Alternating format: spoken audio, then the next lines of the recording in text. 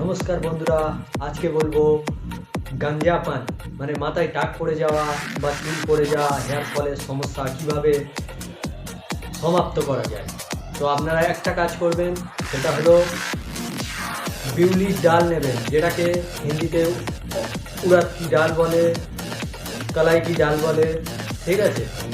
উড়াদ কি ডাল মানে বিউলির ডাল নেবেন, নিয়ে রাত্রে ফোটাবে, ভালো করে ফুটিয়ে সেটাকে পেস্ট বানাবে, বেটে বা পিষে পেস্ট বানাবে। পেস্ট বানিয়ে মাথার যেখানে টাক পড়ে গেছে বা গাঞ্জাপান যে জায়গাটায় আছে সেই জায়গাটায় লাগাবে।